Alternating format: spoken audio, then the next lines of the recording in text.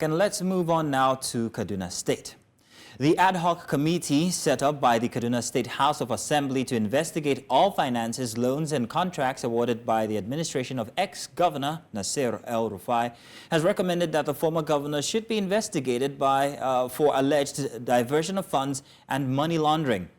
Presenting its report on Wednesday at plenary, the chairman of the committee, Honorable Henry Zakaria, said most of the loans obtained under the El-Rufai administration did not follow due process and were not used for the purpose for which they were obtained.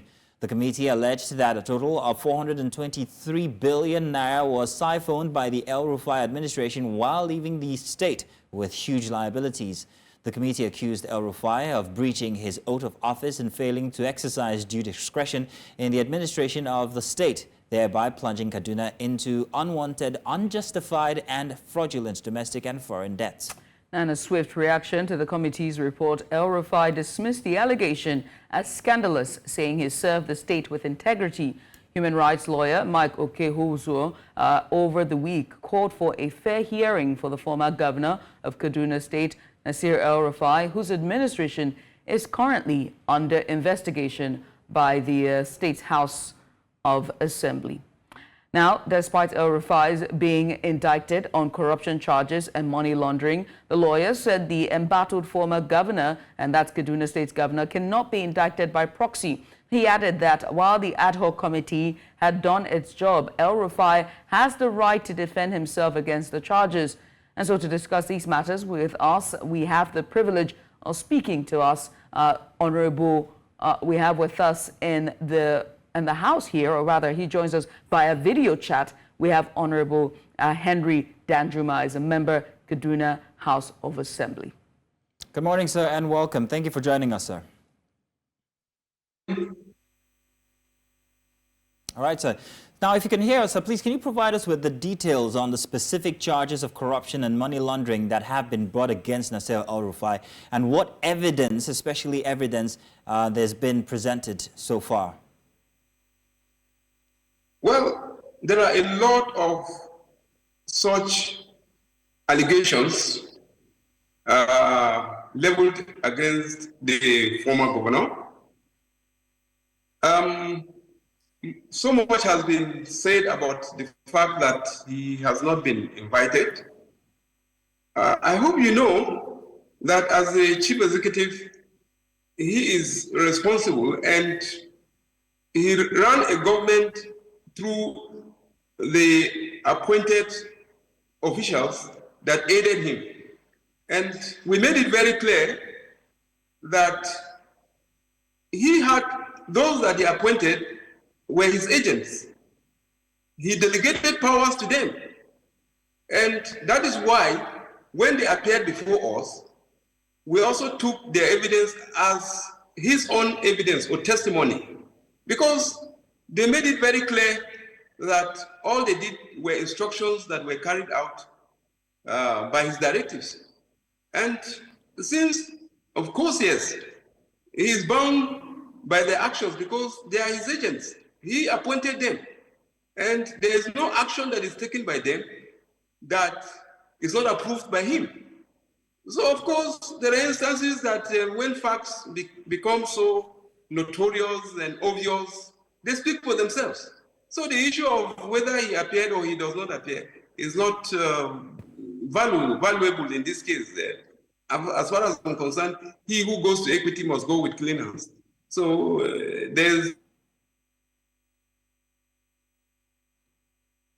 Mr. Henry, are you still there? Yes, I'm there. Okay, good. Now, Mr. Henry, we would like to let you know that in the course of this conversation, we might have to take a break for the news, but we will return to continue the conversation. But we've still got questions for you. Absolutely. You just pointed out some of these allegations, but what steps is the House of Assembly taking to ensure that El-Rufai receives a fair and transparent investigation? The House has made its recommendation. There's also a right of reply. El-Rufai said that he served the state in integrity. How is the House going to ensure it's a fair investigation? That is why we referred our recommendations to the appropriate agencies for further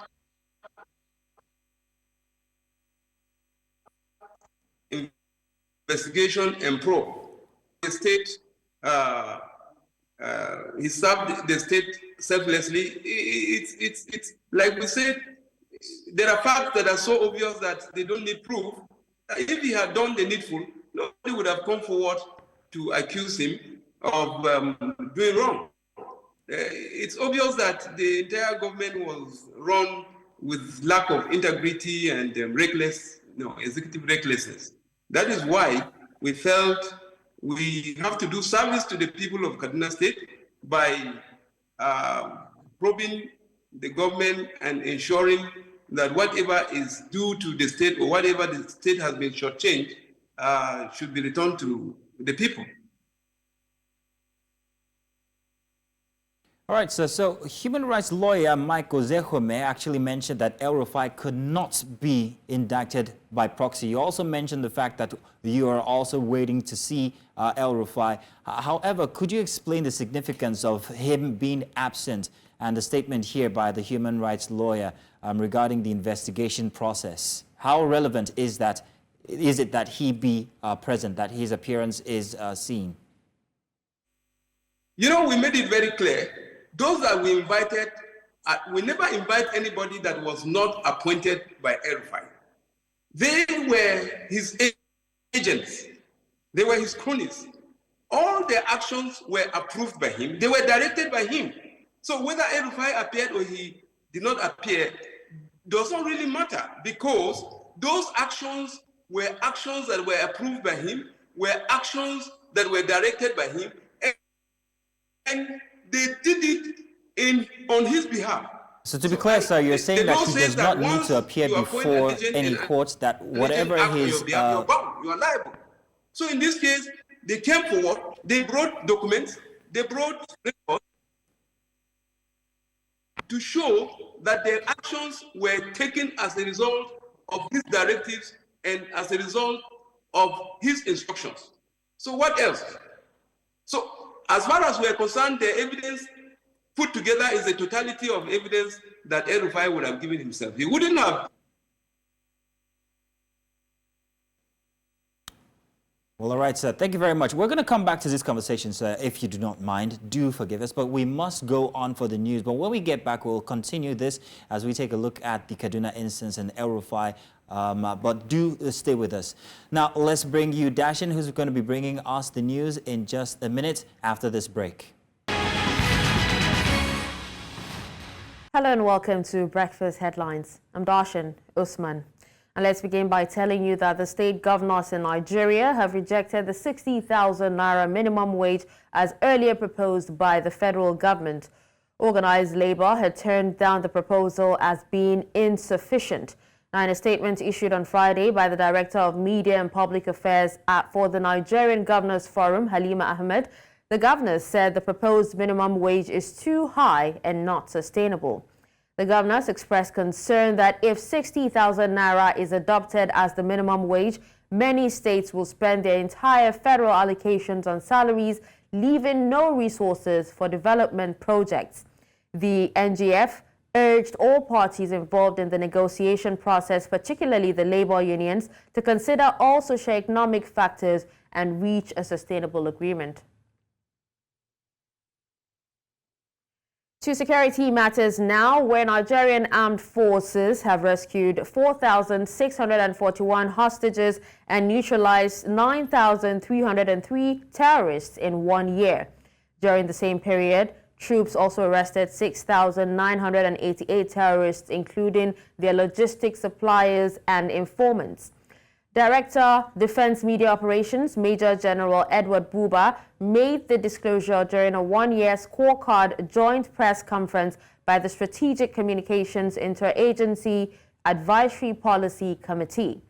He also noted that 9,562 Boko Haram ISWAP combatant fighters and their families surrendered to security forces. Meanwhile, Director of Public Relations and Strategic Communications, DSS, Peter Afunanya, has called for collective efforts to ensuring security and safety of Nigerians. These collaborations are to ensure that our security operations are comprehensive, they are strategic, and they are effective. It is worthy of note to state that not all our results can be reported at this time.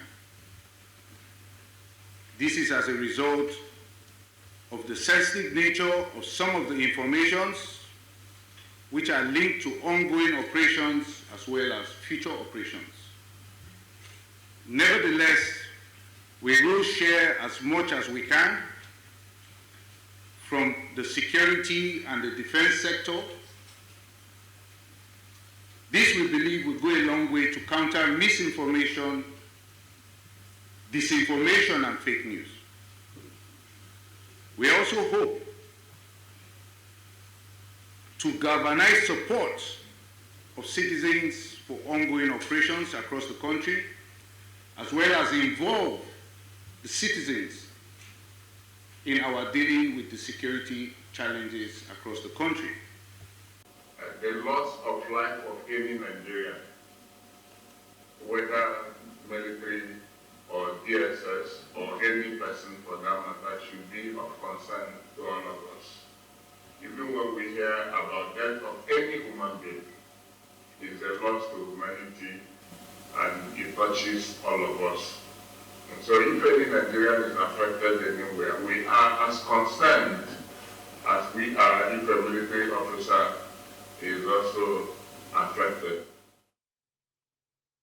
Now, the Nigerian Correctional Service has revealed plans to unveil the pictures of escaped inmates in the recent Suleja jailbreak in the upcoming weeks. No fewer than 120 inmates escaped in April this year from the Medium Security Custodial Center in Suleja, Niger State, following a torrential rainfall that damaged the walls of the prison facility. The public relations officer of the service made this known in Abuja while answering questions from newsmen at a joint press briefing of security, defense, and response agencies in Abuja. Jailbreak that gave way for about 120 inmates that escaped from our custodial centers. I want to say here that there is a very huge effort from the service to recapture the fleeing inmates. And I want to say it here that we have been able to recapture so far on 23, which are back to our facilities now. And about the biometrics, this week I want to make it very clear, or I want to say it very clear here, that by the grace of God this week, we'll have the pictures and their details out, because we are working with other security agencies that have been able to, get their pictures and other details of them. So this week, our ICT unit are also working in collaboration with NEPSI and Immigration Office, and there is huge effort in the recovery of such information that is needed for us to put at the public space. Well, that's it on Breakfast Headlines. Now it's back to Judith and Mazino. Thank you so much. Thank you so much, Dashin. We appreciate you for bringing in the news, and we'll see you at 12 noon. Thank you, Judith. And now we switch gears back to our conversation from earlier, and this time it's about the investigation or the probe by the Kaduna State House of Assembly, saying that the former ex-governor had taken out funds that have left the state in debt, and also calling on all the rights organization, and that is EFCC and other parastatals to investigate the former governor, and that is Nasir El-Rufai. And we're having the conversation before the news, and we're joined on back by Honorable Henry Danjuma, who's been on standby. Honorable, thank you so much for being so patient and sticking with us all through. We appreciate you. And so we continue the conversation this time, and we'll look at the potential legal implications for El-Rufai. Now, if he's found guilty of the charges or the allegations against him, how might this impact his political career or any future aspirations so far? Well, he is presumed innocent. Anybody that is accused of any of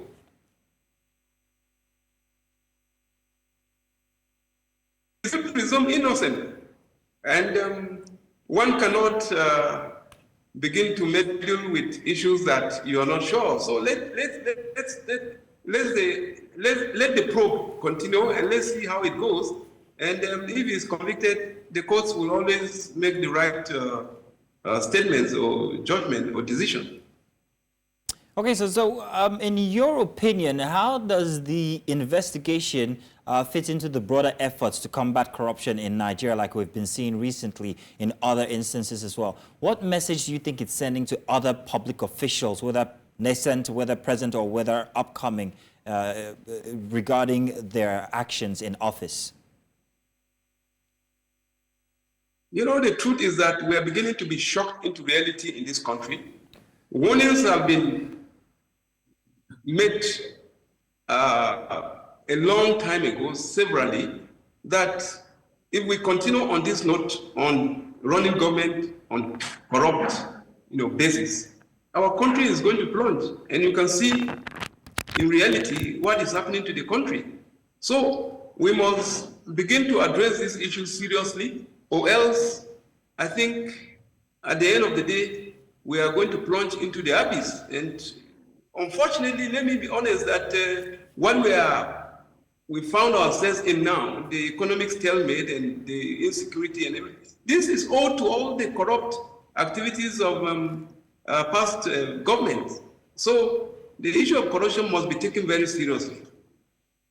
So there's still one question that's left unanswered, and that is why it had to take an investigation that's coming in this far into the future, past his own administration. Why did it take so long before the investigation was, or call for an investigation was brought on the table? And perhaps also, let's look at the people that were in office at the time as well. How many of them are being implicated, and would names be mentioned at this rate? Well, you wouldn't say that it has taken long. This administration just came into being just about a year ago.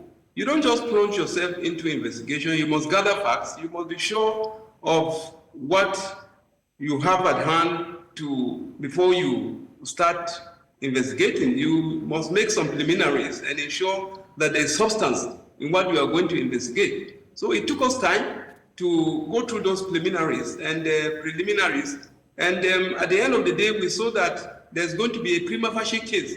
That is why we plunged into the investigation. And I can assure you that the fact speaks for itself. And very soon, those facts will be proved.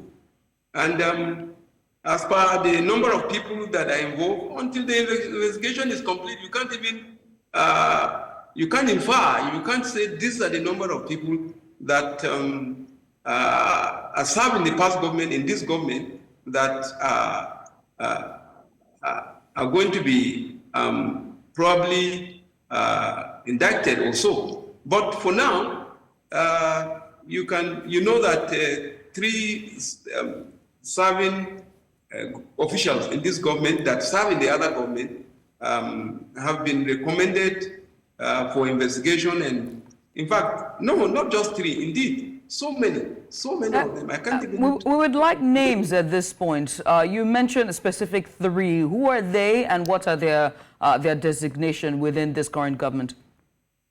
Well, we have the executive secretary of the Pension Bureau board, and we also have the executive secretary of the primary State Universal Primary Board, and then the present Commissioner of Finance. And what positions did they have in the last administration? What designation were they holding? Can you come again? It's like I said, what was their past designation in the last administration within El-Rufai's administration? You just mentioned their current roles. What roles do they have in the past administration? Oh, well, those were the roles they played were like the executive secretary, pension bureau was also the executive secretary of the pension bureau as in the last administration. Likewise, the chairman of the Primary Education Board, and the present commissioner was accountant general at a point, and at a point she was also an acting commissioner of finance, and now she's the. Now, Honorable, these are these positions that you just mentioned are very crucial when it comes to the governance and just basically the financial state of Kaduna State, which takes me to my next question of how might the outcome of this investigation affect governance and even, political stability in Kaduna State for the people? Because when we think about this in and of itself, governance is for the people. Sorry, my network has not been too good here. Can you please repeat the question? I was saying that the positions that you just mentioned, the persons, their roles are very crucial when it comes to the financial stability of Kaduna State, right? And so to this effect, with this investigation, for this call for investigation, with these persons you mentioned, plus the ex-governor, how would it affect governance and political stability in Kaduna State and by extension, the people of Kaduna? It will aid political stability in the state because people will have confidence in this government. They believe that this government means well for the people. And in government, there can be no vacuum. If they vacate the offices, the appropriate persons will take over the place of assignments, and then government business continues. But as for political stability, I assure you, the people are happy. Of course, yes. Everybody wants justice. Everybody wants leaders they can trust and be sure of. So political stability will even be better in Kaduna State, I can assure you. So, Mr. Henry, to balance this out, first off, let's get this out the way. The instance in Kaduna State, is it politically motivated in any way, shape, or form? First question before I ask the next one. Can you please come again? I asked if the instance happening currently in Kaduna State in any way, if it is political. It cannot be political in any way because we as an assembly are an established institution by law, recognized by the Constitution, and we, as an arm of government, we have our responsibility, and we have the people's mandate. We are elected on the position of trust, and the people expect the very best from us. We need to, deliver on the dividend of democracy. So, know objectively that we have to perform our functions, and based on the facts that came before us, of course, yes, in fact, we have no reason other than to do what we did. So there's no issue of...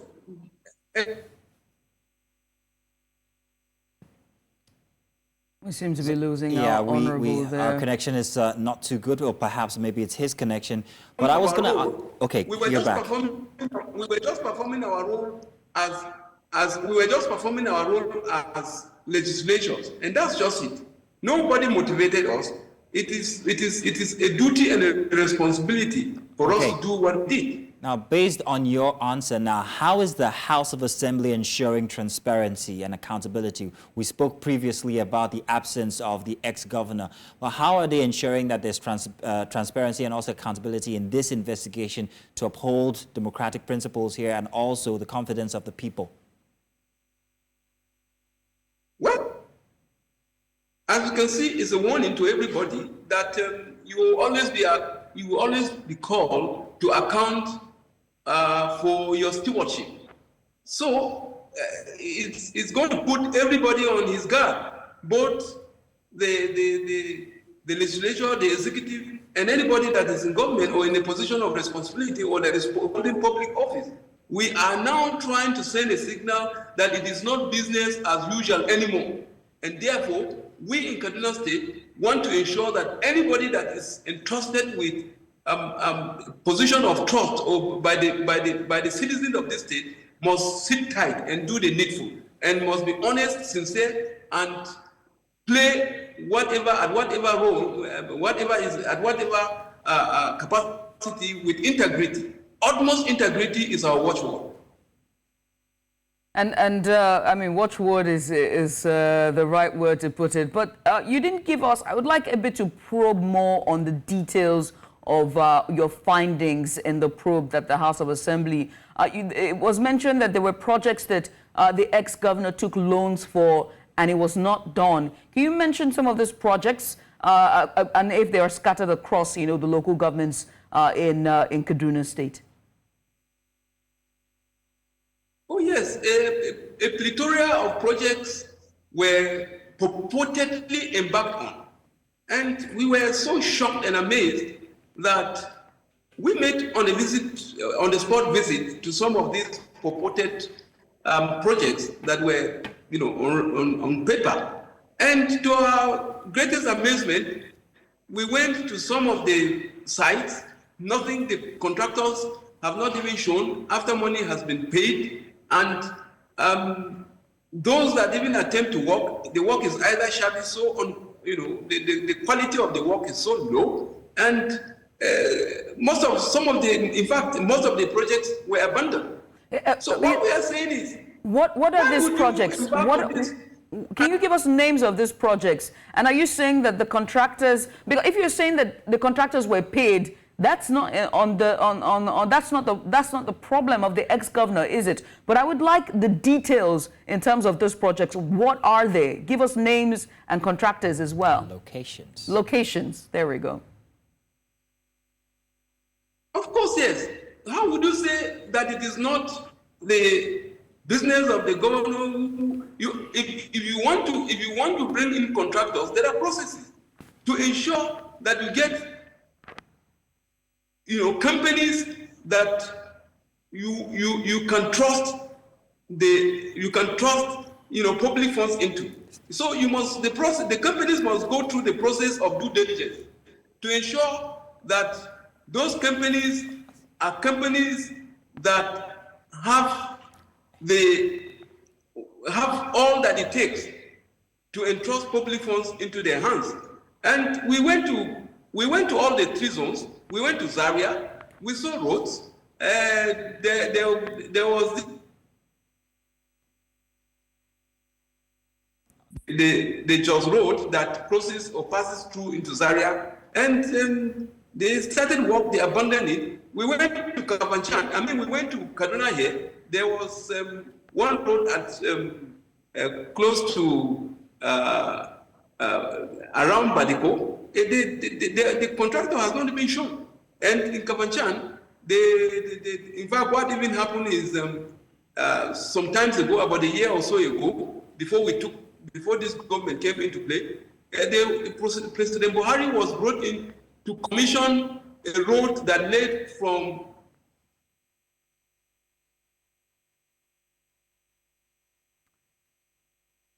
we're still having issues with the communication here, the connection here with Mr. Henry, unfortunately, but he was mentioning a few of these projects that we're very curious about.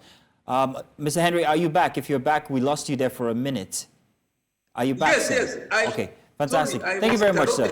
Now, you were mentioning some of these projects that were left abandoned. Thank you very much for mentioning the Jos instance, or the Jos Road and the Zaria instance. However, let's talk about the current government. Who is fact-checking them? If we're going to stop these things from recurring in Nigeria's history, we must first look back and perhaps bring people to book like we're trying to do currently, like the House is trying to do currently. But what about the current instance? Who's fact-checking whatever contracts are being signed or whatever monies are being signed out? What apparatus has been put in place to make sure that there is no recurrence of the past again? We as legislators, we have oversight functions. And we are not just like any other, past legislature. This time, the quality and the creed of members that are in the assembly are people who mean business. So we are doing our oversight functions properly, and we are checking. We have committees in the House. So the committees are very much in place, and they are checking all the ministries and the MDAs. I can assure you, like I said, it is not going to be business as usual. Certainly, it will not be business as usual. Right. I want to say thank you very much, Mr. Henry Danjuma, Member House, Kaduna House of Assembly, for sharing your opinion here with us and also that of the House. We do appreciate it. Thank you indeed. Thank you.